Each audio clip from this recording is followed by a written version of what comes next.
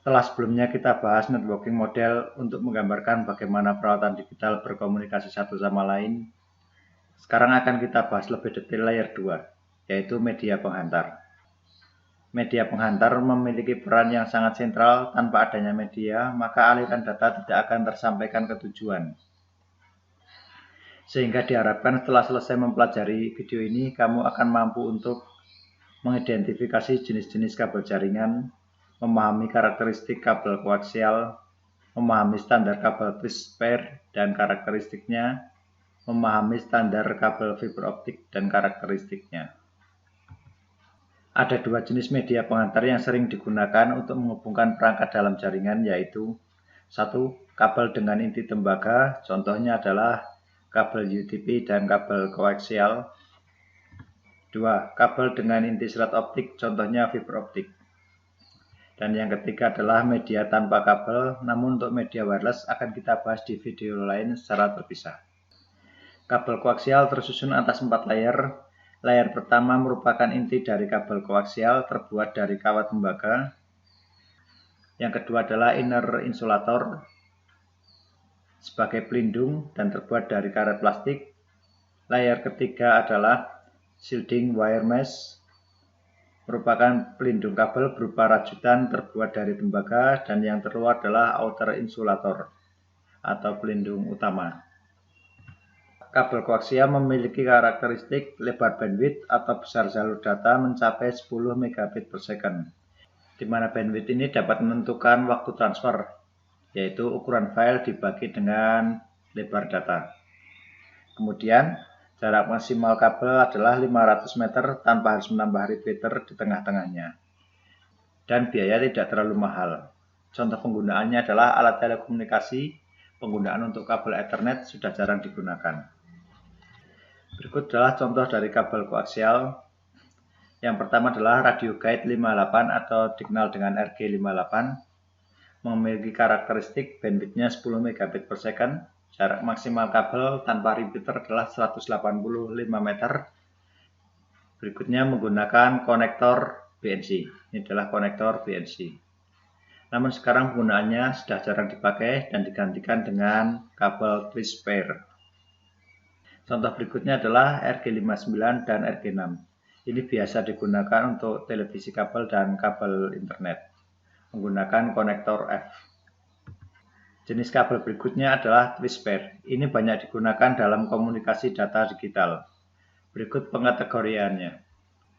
Yang pertama disebut dengan CAT1. Ini biasa disebut dengan kabel analog dengan kecepatan 1 megabit per second. Yang berikutnya adalah CAT2. Ini merupakan media digital. Kecepatannya sampai 4 megabit per second. Untuk berikutnya CAT3. Lebih dikenal dengan nama Ethernet. Nama lainnya adalah 10BASE-T. Sedangkan standar yang digunakan adalah 802.3i dengan kecepatan 10 megabit per second. Jangkauan yang bisa dijangkau tanpa repeater adalah 100 meter. Kategori berikutnya adalah CAT4 dengan kecepatan 16 megabit per second. Kategori 5 diberi nama Fast Ethernet. Nama lainnya adalah 100BASE-T atau bisa dikenal dengan Fast Ethernet. Standar penggunaannya adalah 802.3u dengan kecepatannya mencapai 100 megabit per second dan jangkauan yang bisa dijangkau adalah 100 meter. Kategori berikutnya adalah 5e, biasa disebut dengan Gigabit Ethernet. Nama lainnya adalah 1000BASE-T. Standarnya adalah 802.3ab dengan kecepatan mencapai 1 gigabit per second dengan frekuensi 100 MHz dengan jangkauan 100 meter. Kategori berikutnya adalah CAT6. Kecepatannya sama dengan CAT5e yaitu 1 gigabit per second. Yang membedakan adalah frekuensi yang digunakan di jalur 200 MHz. Kategori terakhir adalah CAT7. Sering disebut dengan 10 gigabit Ethernet. Nama lainnya adalah 10GBASE-T dengan standar 802.3an. Kecepatannya mencapai 10 gigabit per second dan jangkauannya 100 meter. Jadi untuk nama berdasarkan angka, kode depan adalah menunjukkan kecepatan yang bisa dijangkau. Jadi untuk 10 adalah 10 megabit per second, 100 sama saja dengan 100 megabit per second, 1000 sama saja dengan 1 gigabit per second, 10G artinya adalah 10 gigabit per second. Contoh lain dari kabel dengan inti tembaga adalah twist pair, terdiri dari dua jenis. Yang pertama adalah sealed twist pair atau disebut dengan STP, dan yang kedua adalah unsealed twist pair. Ini memiliki persamaan, sama-sama terbuat dari kawat tembaga dan saling berpasang-pasangan. Perbedaannya, kalau STP dia memiliki pelindung yang terbuat dari aluminium foil, sedangkan UTP tidak memiliki pelindung yang terbuat dari aluminium foil. Namun sama-sama memiliki pelindung yang terbuat dari karet plastik. Jadi fungsi dari twist atau lilitan atau pilinan ini berfungsi untuk mengurangi gangguan elektromagnetik. Sedangkan pelindung aluminium foil kepunyaan STP berfungsi untuk mengurangi gangguan masuknya sinyal dari kanal lain yang letaknya saling berdekatan. Kabel STP cocok digunakan untuk penggunaan di luar gedung, sedangkan kabel UTP cocok digunakan untuk di dalam gedung. Standar pilihan kawat atau twist pair standar ini dibuat oleh Telecommunication Industry Association. Jadi ada dua jenis cara pemasangan atau cara memilih kawat. Yang pertama disebut dengan T568A dan yang kedua disebut dengan T568B. Di mana masing-masing terdiri dari 8 buah pilihan kawat.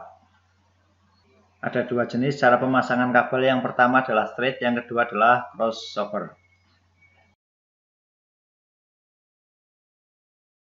Jadi untuk kabel straight ini cara pemasangannya adalah urutan warna sama di kedua sisi. Sedang untuk crossover jenis penyambungan antara konektor 1 dan konektor 2 dengan tipe penyusunan berbeda. Sebagai contoh, untuk konektor pertama dia menggunakan model T568A, maka untuk konektor yang kedua harus menggunakan yang berbeda, yaitu T568B atau sebaliknya. Untuk mengetahui jenis kabel yang cocok dengan perangkat digital, kamu harus mengetahui tentang spesifikasi masing-masing port. Di sini ada contoh. Yang pertama adalah router, firewall, PC, dan switch.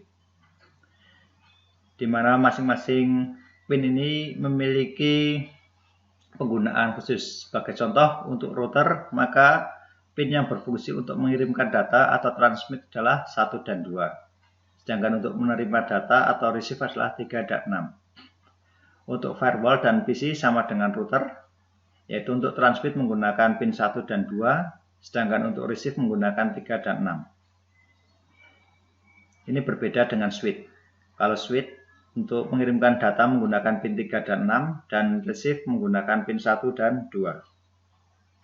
Seperti terlihat dalam struktur, setiap kabel terdiri dari 4 pasang atau 8 buah kawat. Meskipun demikian, tidak semua jenis kawat digunakan. Sebagai contoh, untuk kabel straight 10 BST dan 100 BST atau kabel UTP dengan kecepatan 10 megabit per second dan 100 megabit per second, dia hanya menggunakan 2 pasang kawat atau 4 buah inti. Di mana pin 1 dan 2 untuk router berfungsi sebagai pengirim data, sedangkan untuk switch pin 1 dan 2 adalah sebagai penerima. Pin 3 dan pin 6 untuk router dia akan berfungsi sebagai pin receive atau penerima data. Sedangkan pin 3 dan 6 kepunyaan switch dia berfungsi sebagai pengirim data. Tipe pertukaran data di sini menggunakan transmisi full duplex. Artinya kedua perangkat dapat saling mengirim dan menerima dalam waktu bersamaan tanpa terjadi tabrakan data. Ini karena berbeda jalur. Jadi kabel straight digunakan untuk menghubungkan perangkat yang berbeda antara lain router dengan switch, PC dengan switch, firewall dengan switch. Masih berdasar struktur kabel, apa yang terjadi ketika kita menghubungkan perangkat yang sama, misalkan PC ke PC atau router ke router, di mana pin 1 dan pin 2 memiliki fungsi transmit dan pin 3 dan 6 memiliki fungsi receive, maka akan terjadi tabrakan data. Maka solusinya adalah dengan menggunakan pemasangan kabel jenis crossover. Punya router yang satu akan dihubungkan dengan pin 3 dan pin keempat. Dan untuk pin 4 dan 5 punya router 1, dia sebagai menerima data akan dihubungkan dengan pin 1 dan 2 kepunyaan router kedua, sehingga tidak terjadi tabrakan data. Ini adalah contoh dari switch. Ini adalah kecepatan dari kabel, kemudian ini adalah jenis kabelnya yaitu twist pair dengan 24 port. Kemudian ada petunjuk auto MDIX yang akan mendeteksi secara otomatis pin mana yang mengirim data dan pin mana yang menerima data. Jika terjadi kesamaan fungsi, maka otomatis perangkat tersebut akan mengubah fungsinya sendiri sehingga tidak terjadi tabrakan data. Bagaimana dengan kabel internet berkecepatan tinggi seperti Gigabit Ethernet atau 1000 BST dan 10 GBST? Apakah sama dengan Ethernet dan bus Ethernet? Gigabit dan 10 Gigabit Ethernet akan menggunakan 8 buah inti kawat, di mana pin 45 dan pin 78 masing-masing kawat memiliki fungsi bidireksional, yaitu bisa mengirim dan menerima data. Inilah alasan kenapa kabel ini lebih cepat. Di slide yang baru saja kita bahas adalah tentang kabel berinti kawat tembaga, yaitu kabel koaksial dan kabel UTP yang memiliki banyak kelebihan, namun ada satu kekurangan, yaitu jangkauannya hanya sekitar 100 meter. Di slide yang baru saja kita bahas adalah tentang kabel berinti kawat tembaga, yaitu kabel koaksial dan kabel UTP.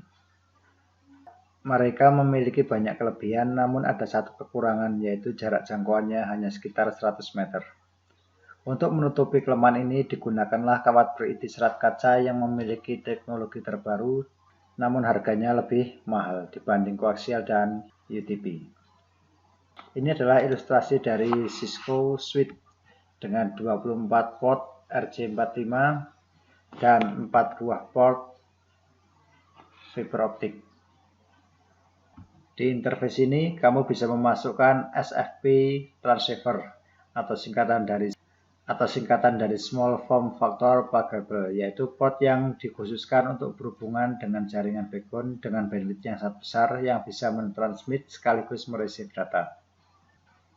Setelah itu kamu bisa mencolokkan kabel fiber optik ke modul SFP. Bagaimanakah struktur kabel fiber optik? Ada 4 bagian. Yang pertama adalah fiberglass core atau inti yang terbuat dari serat kaca. Ini sebagai tempat untuk mentransmisikan cahaya. Yang kedua adalah cladding, yaitu merupakan lapisan yang menyelubungi core dan merefleksikan cahaya. Yang ketiga adalah coating, yaitu lapisan yang terbuat dari bahan plastik elastis berfungsi melindungi serat optik dari kerusakan yang disebabkan oleh lengkungan kabel atau gangguan lainnya seperti kelembaban udara. Dan terakhir adalah outer jacket, yaitu pelindung keseluruhan bagian dalam kabel serat optik. Sekarang kita lihat standar fiber optik sebagaimana kita lihat standar kabel UTP di slide sebelumnya. Standar fiber optik yang pertama yaitu untuk kecepatan 1 gigabit per second, biasa disebut dengan 1000 base LX. Nama resminya adalah 802.3Z. Ini ada dua jenis kabel yang support untuk standar ini, yaitu multimode dan single mode. Untuk multimode jangkauannya sampai dengan 550 meter, sedangkan untuk single mode jangkauannya sampai 5 km. Standar kedua adalah 802.3AE atau nama lainnya adalah 10 Gbps. Kecepatannya dapat mencapai 10 gigabit per second. Jenis kabel yang mendukung adalah multimode. Panjang maksimal yang bisa diraih adalah 400 meter. Untuk kategori yang ketiga adalah standar 802.3AE dengan nama lain 10 Gbps-LR. Kecepatan yang bisa dicapai adalah 10 gigabit per second. Jenis kabel yang mendukung adalah single mode dan panjang maksimal yang bisa diraih adalah 10 km. Standar berikutnya adalah yang berkode 10 Gbps-ER. Kecepatannya sama yaitu 10 gigabit per second. Jenis kabel yang didukung adalah single mode dan panjang jangkauannya bisa mencapai 30 km. Jenis kabel fiber optik ada dua. Yang pertama adalah multimode fiber. Diameter core atau intinya adalah 200 mikrometer, lebih besar daripada single mode. Mengizinkan beberapa mode atau sudut gelombang cahaya untuk masuk ke inti fiber. Panjang kabel lebih panjang daripada kabel UTP, tapi lebih pendek daripada fiber jenis single mode. Harga lebih murah daripada fiber jenis single mode. Berikutnya adalah kabel jenis single mode. Diameter core-nya adalah 50–100 mikrometer. Lebih kecil daripada single mode, mengizinkan satu mode atau satu sudut gelombang cahaya untuk masuk ke inti fiber. Panjang kabelnya lebih panjang daripada kabel fiber multimode, namun harganya lebih mahal daripada fiber jenis single mode. Untuk perbandingannya antara UTP dengan fiber optik adalah dari sisi harga, UTP lebih murah, sedangkan fiber optik lebih mahal. Untuk panjang maksimal yang bisa dijangkau, kabel UTP adalah 100 meter, sedangkan fiber optik untuk yang jenis multimode bisa mencapai 550 meter dan single mode bisa mencapai 30 km. Dari segi gangguan elektromagnetik, kabel UTP bisa terpengaruh oleh gangguan elektromagnetik, sedangkan fiber optik tidak. Dari sisi kebocoran sinyal dan dapat diretas, kabel UTP dimungkinkan untuk itu, sedangkan untuk fiber optik jauh lebih aman dibanding dengan UTP.